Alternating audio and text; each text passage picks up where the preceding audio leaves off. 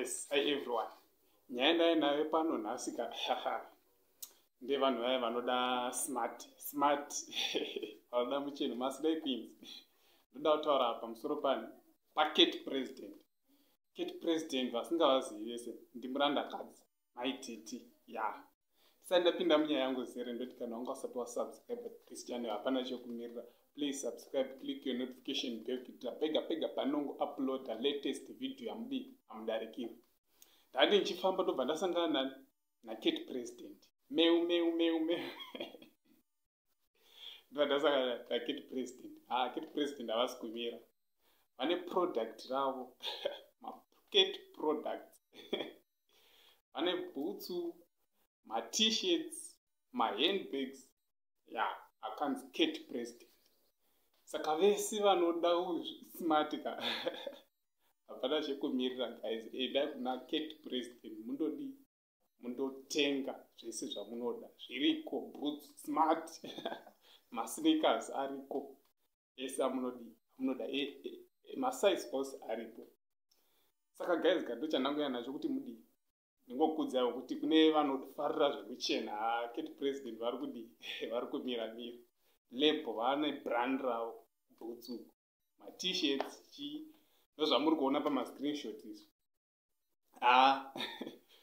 Zvinizvo zvakanyanya guys, handisi kuda kunyepera iyo. Endai mundozvionera moga. Ndazonakidza kune statement ravataura hanzi zvakatangira pahondo nekagonzo kaya. Kagonzo kari kurehwa ndiPassion Java, Prophet Passion Java. Ndo pakatangira brand. Pane hondo yakamboitika kumashure. Saka hondo ndobva yakatangira. Saka ndoda kunyanya kukurudzira vaya vanozvitima maslay queens. Tichiti hapana chekumirira, mhanyai kwaMai Tt, kwaKate President mundotora. Nonga muri kuzvionera mega pamascreenshot apa kuti masnika hopo label meu masnika aripo. Guys, endai mundotora mutenge muchene smart. Izvo zvita kupinda musummer time. Summer time ndinowanza kuti vanhu ndo yavanowanza kuti kuchena smart nekudii unongoiziva imimi. Saka guys endai kwaMai Tt. Facebook munovawana varipo. Facebook page yavo Mai Tt's Diary. kuYouTube munovaona futi. Saka guys, nai nhamba vatoisa munobva mandoona video munyatsokunzwa vachitaura. Vanoda smart mobva matora nhamba dzavo ipapo. Vanochadziisa ipapo pavidhio yamuchaona. Then modi mukandakitana bye. Motora smart ray mochena. Zvese zviripo zvanamama nababa zviripo. Kate President vari kumira. Chinhu chandangofarira pana Kate President chongoti mukadzi asina hope anomira mukadzi ralife.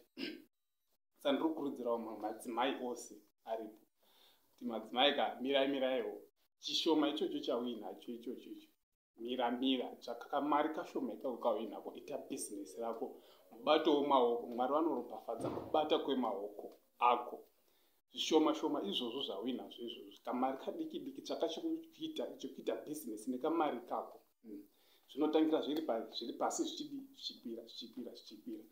Saka kuinda unozotopedzisira watova nebrand rako. Watova wakutovhurawo mashopu chii zvese.